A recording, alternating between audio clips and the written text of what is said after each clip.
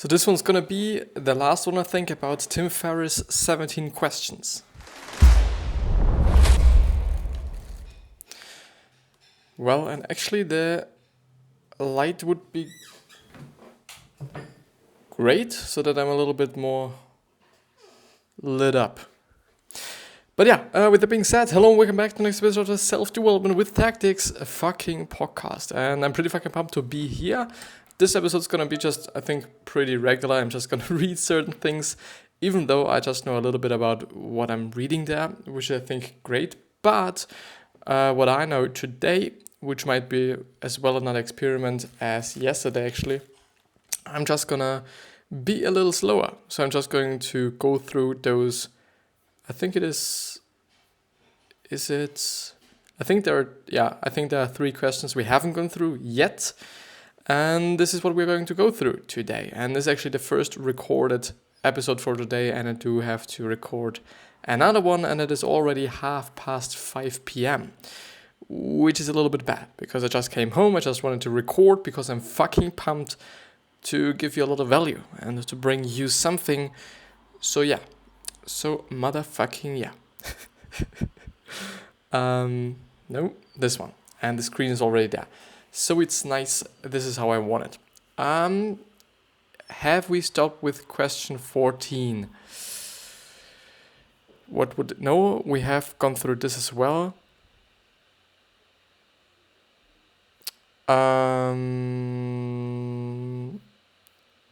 Actually, I think, let me see.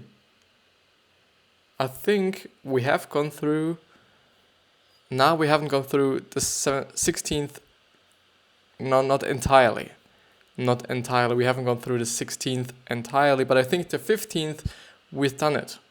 So therefore I'm going to start with the 16th, which is how can I throw money at this problem? So how can I waste money to improve the quality of my life?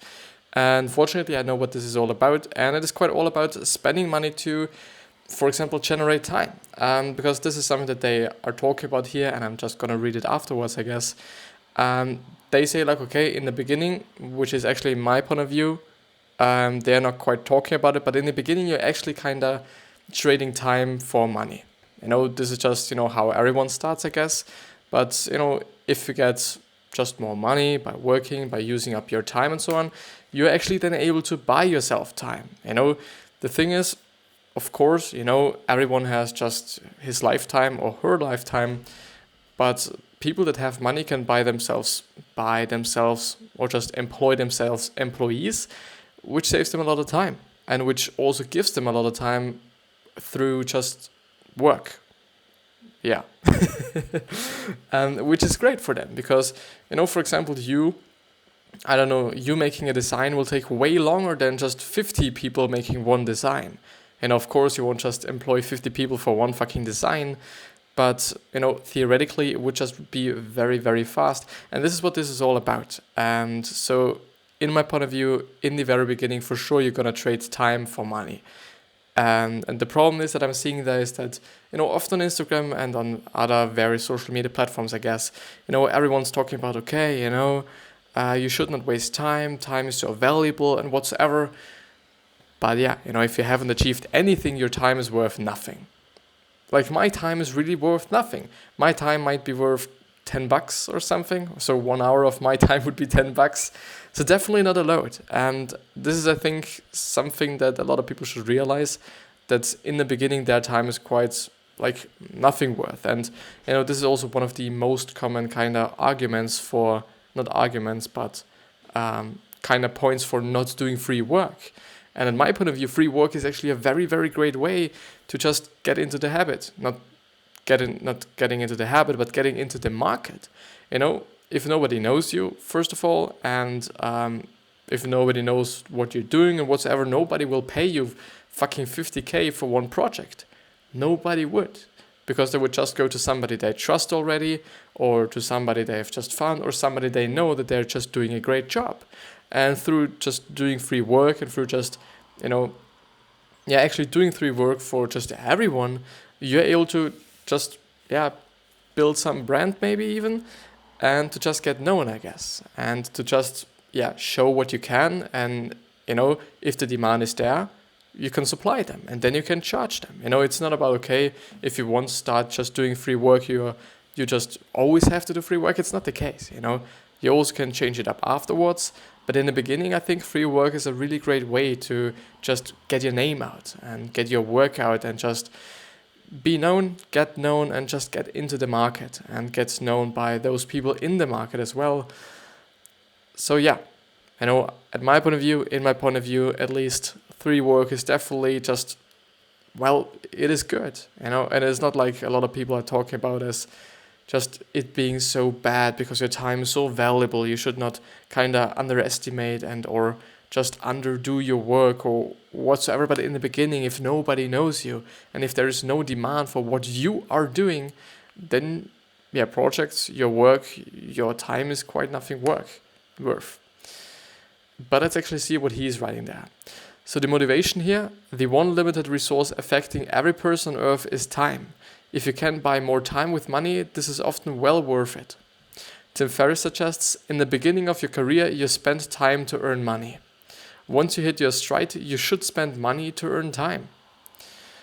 Now the 2-minute exercise. Imagine a stranger comes up to you and says, I want to buy an hour of your time. How much will that cost? This is your non-work hourly rate. Think about where you're spending time every day. Where could you spend this money to buy back time at this hourly rate? For example, let's say your rate is $2, $20 an hour. In an effort to gain $100 on credit card rewards, you do 20 hours of research over a year. Clearly, this isn't worthwhile for you. Well, makes sense actually. The reflection. This is an unappreciated problem because many people are prone to being penny wise and pound foolish, especially if you didn't grow up with much money. I think about this a lot. So here are common examples that come up to mind, or to his mind, I guess. Transit. Taking public transit and walking might cost you $3 and take an hour. So taking Uber pool will cost $5 and it would take 20 minutes. Which is definitely quite a big difference, I would say. Cleaning. I think we've actually gone through this already. Have we? Yeah, we have actually. Actually, we have. So please check out the other episode that I've gone through. But not entirely. I really don't think that I've entirely gone through this.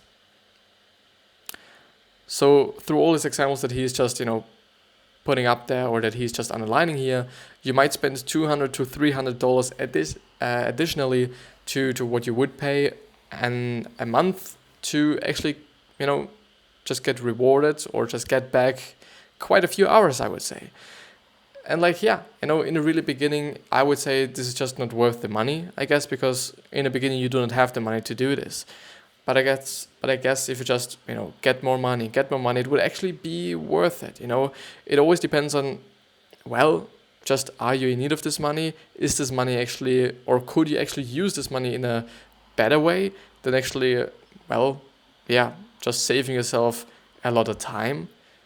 This is something you just have to think about, I guess. And this is just something you do just have to decide for yourself, whether it is smart to actually throw out a lot of money to just save yourself a lot of time, even though your time is nothing worth. And this is then the point. And I guess if you're able in this time that you're getting back for just actually spending this money, if you're actually able to get back the money or actually double or triple or quadrille, never mind. So actually, if you're able to make back more money than you were putting out, or you're putting into the whole time-saving machine, then it is worth it. Then it is clearly worth it if you're able to just really make more money in the time that you're saving for yourself, or that you're saving yourself by spending that money. It totally would make sense, and I totally would do it myself. I do not know if this is just common thinking, and I do not know if it's rather entrepreneurial thinking or rather just, rich people's thinking, because actually, I guess there are actually a lot of books about this kind of topic. So how rich people act and how they think and what they do and whatsoever, and what the poor people do, and what they think and whatsoever. What I clearly know, and what I've also seen when I've been looking at some statistics from Austria, actually, the Sinus, I don't know how they are called, but the company is called. Is this actually? So is it social environment? And this could actually be the case. I'm sorry for looking that up, but it might be very interesting. So I unfortunately do not.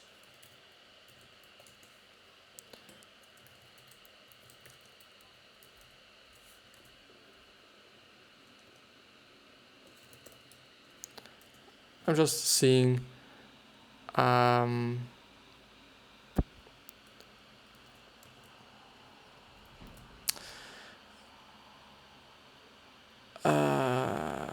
Let's do it like this.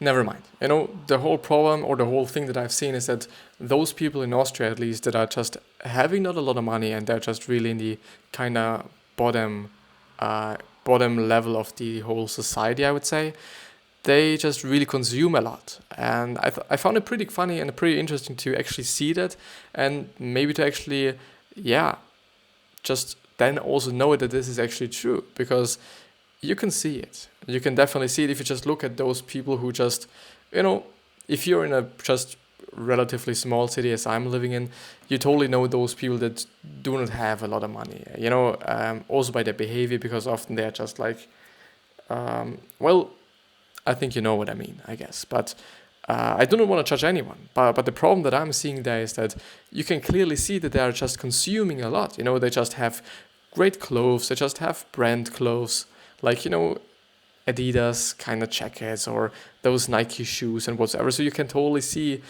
that, or you could totally think that they have a lot of money, but they do not have that money. You know, they're spending their money because of some reasons. I don't know if it's just because they think that some other people think that then they have a lot of money.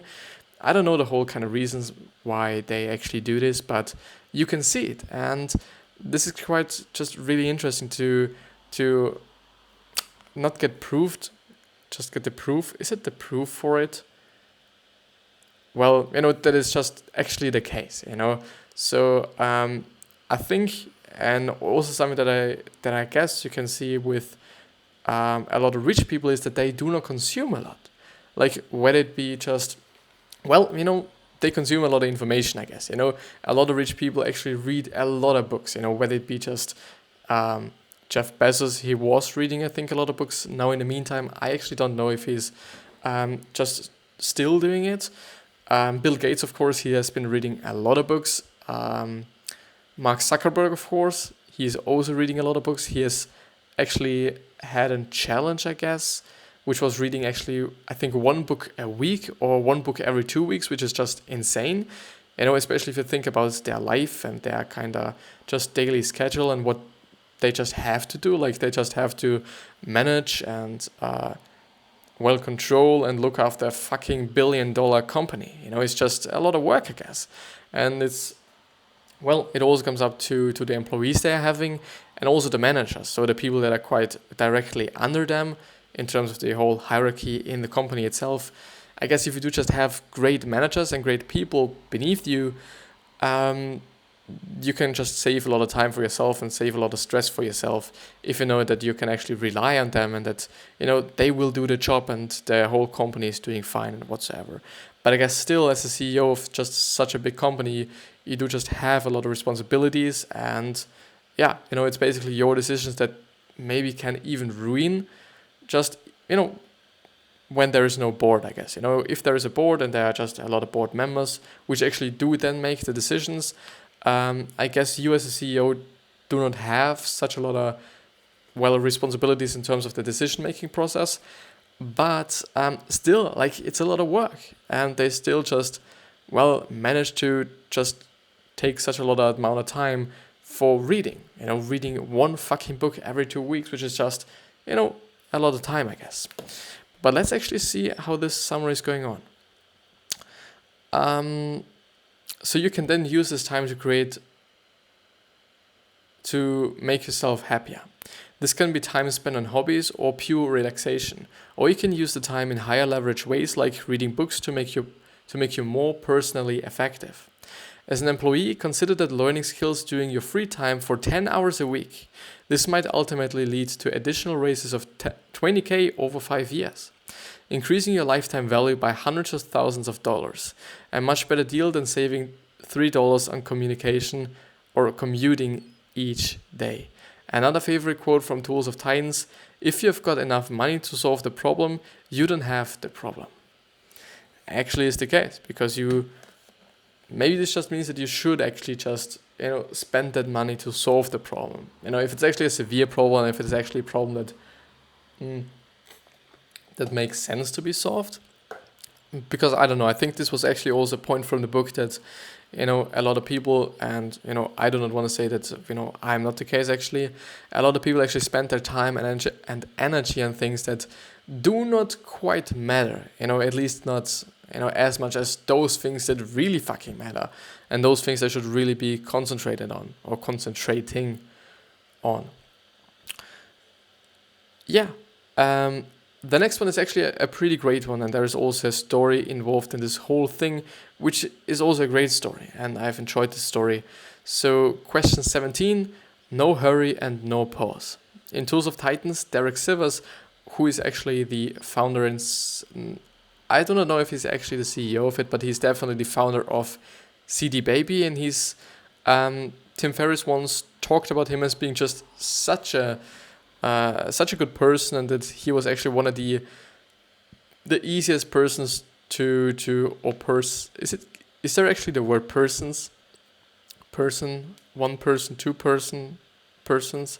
Well, he's actually one of the people that is very easy to interview, which, I don't know, might be because he's talking a lot by himself, and he just tries to just give as much value as he can, but I don't know.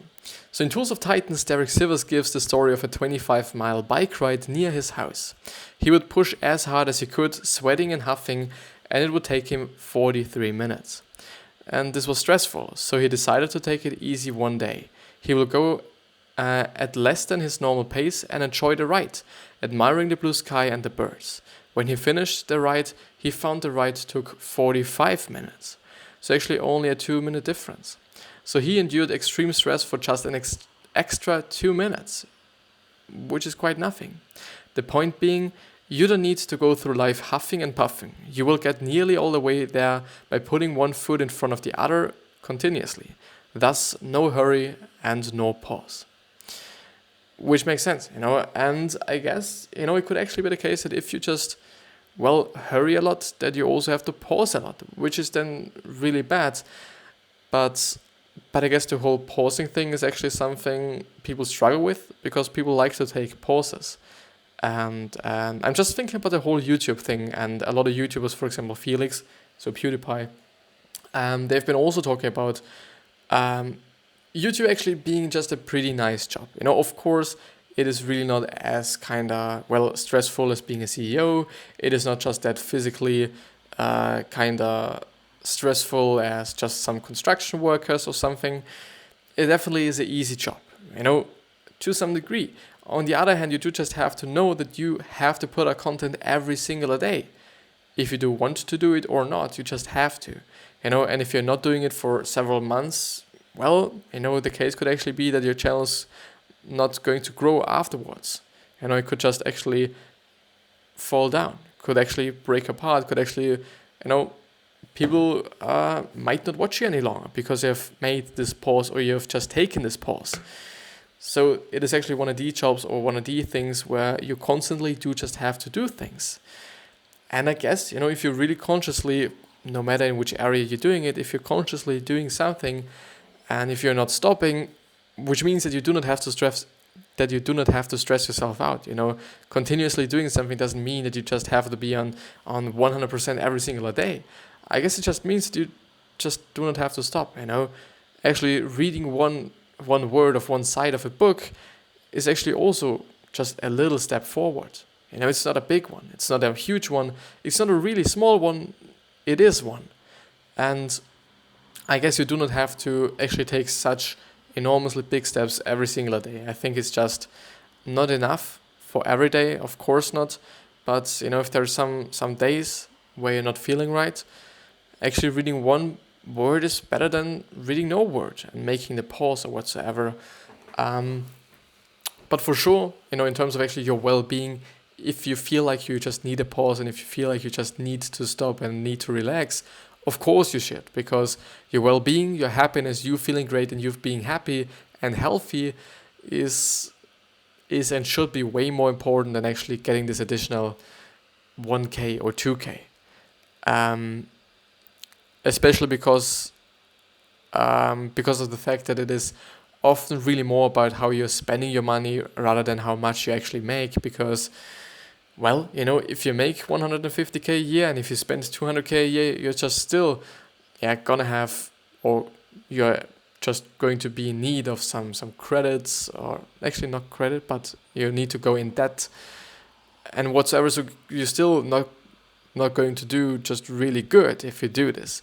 But if you actually make 50K and you save 40K of it, which might work, I don't know, depends on the way you're living, depends on where you're living, well, you just have a big pillar. If something is coming up, or if you're not feeling right and or you're not feeling like doing the work any longer that you have done, you could actually just take some time, find a new work, get just new skills and whatsoever, and use that money that you have saved.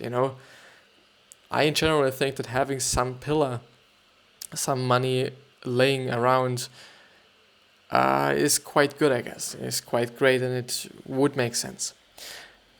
But this is me, a student sitting there in his parents' fucking home, not having earned anything his entire life, besides some just internships. This is me. It just really depends on the jockey and not on the horse. The 2-minute exercise. Where in life do you feel constantly at 100% of capacity, and what would happen if you reduce it to 90% capacity? The reflection. When you are constantly stressed, you risk burnout and lower productivity. Having to take breaks then lowers your overall output. A train can travel faster than a car, but a train has to take stops at multiple stations while a car can keep coasting at a lower speed. I think about this often when driving. Going 80 miles per hour on a highway versus 60 miles per hour causes much more stress. You have to weave between lanes and you increase your risk of accidents. And on a 20-mile trip, going 80 miles per hour saves you a measly 5 minutes. Slow is smooth, smooth is fast. Well, this has actually been it. Has this actually been it? Am I crazy? Am I fucking crazy? No hurry, no pause. It actually was the last one.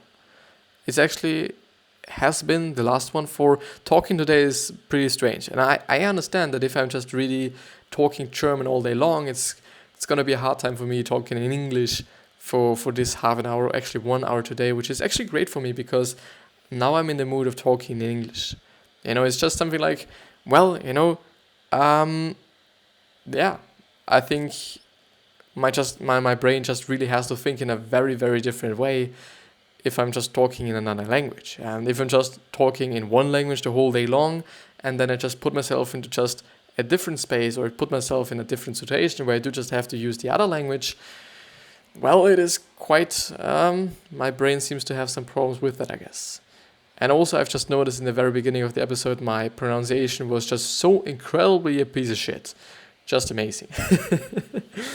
But really something for all the creators and for all the people that are just trying to do something as well, or that are doing something as well.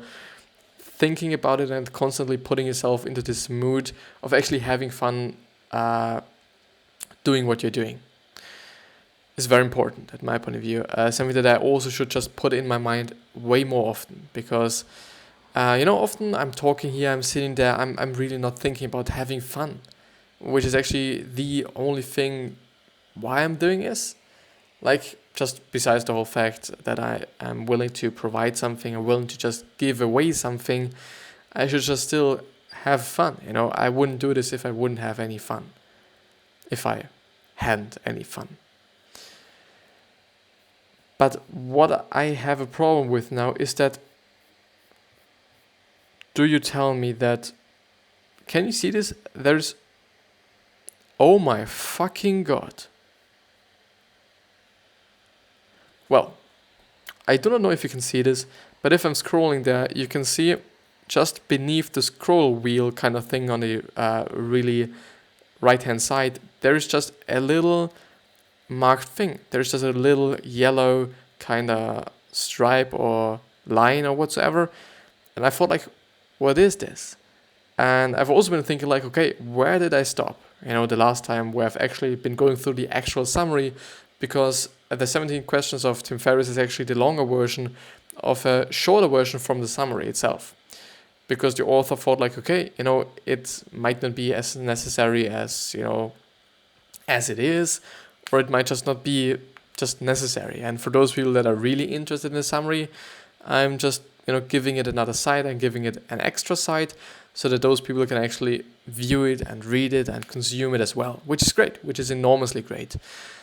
But it's actually great that, well, when I'm actually marking something and selecting something, then it is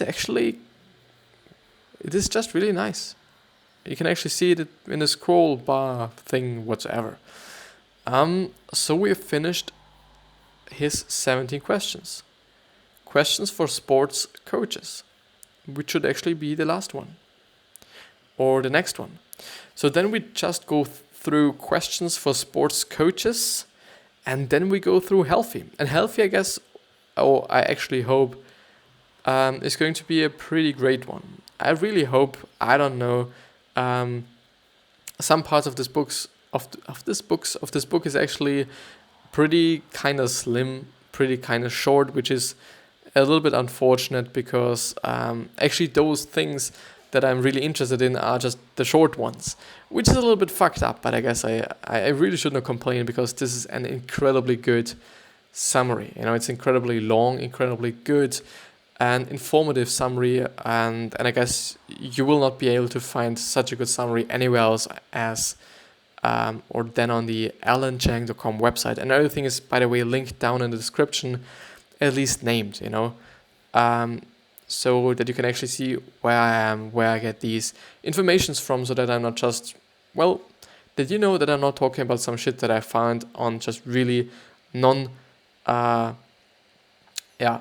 reliable, is it reliable? It could actually be the case, on reliable sources. So yeah, unfortunately, I guess this is actually the end of the episode, and this episode's gonna be, or just ended so fucking quickly. I'm just seeing ketosis there, and I'm just really thinking about those keto or keto diets, whatever they're pronounced, which, I don't know. I do think I'm really interested in this one, and I'm really looking forward to this section actually, and also the exercises section. Really interested in that one, because as you might know, I'm working out 3 times a week. And by the way, I've noticed that having a split. So normally I'm actually making or doing some full body workouts, because I thought, like, they're the best one, it works the best for me and whatsoever. But I've seen actually having a split, so upper body and lower body, is actually also pretty great. It also just gives me, first of all, a lot of time to just, well, kind of fuck myself up to some degree. And it also just, well, is another form of stress for my muscles. And yeah, it could really just give myself a boost on my fitness level. Could give myself a boost for my muscle growth. Something that is quite stagnated. Stagnant.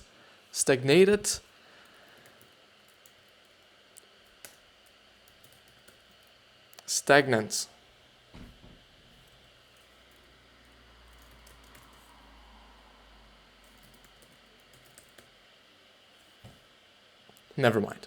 Never fucking mind. But yeah, I guess, and I actually hope that I've provided some value for you in this episode. I'm very sorry if the talking and or the pronunciation or whatsoever was not on point. It is always something quite, as I've explained, something is, difficult, unconsciously for me. But what really helps that I've seen is that, if I'm just listening to a lot of English things, whether it be podcasts, most of the time podcasts and or other spoken words, I do just have a very quite different and pretty much better time talking here than when I'm not listening to something and or when I'm not actually surrounding myself with the English language, throughout the day, because normally I'm doing it through just writing some comments on Instagram, just, reading some news, doing something on my phone, because I actually have my phone on English.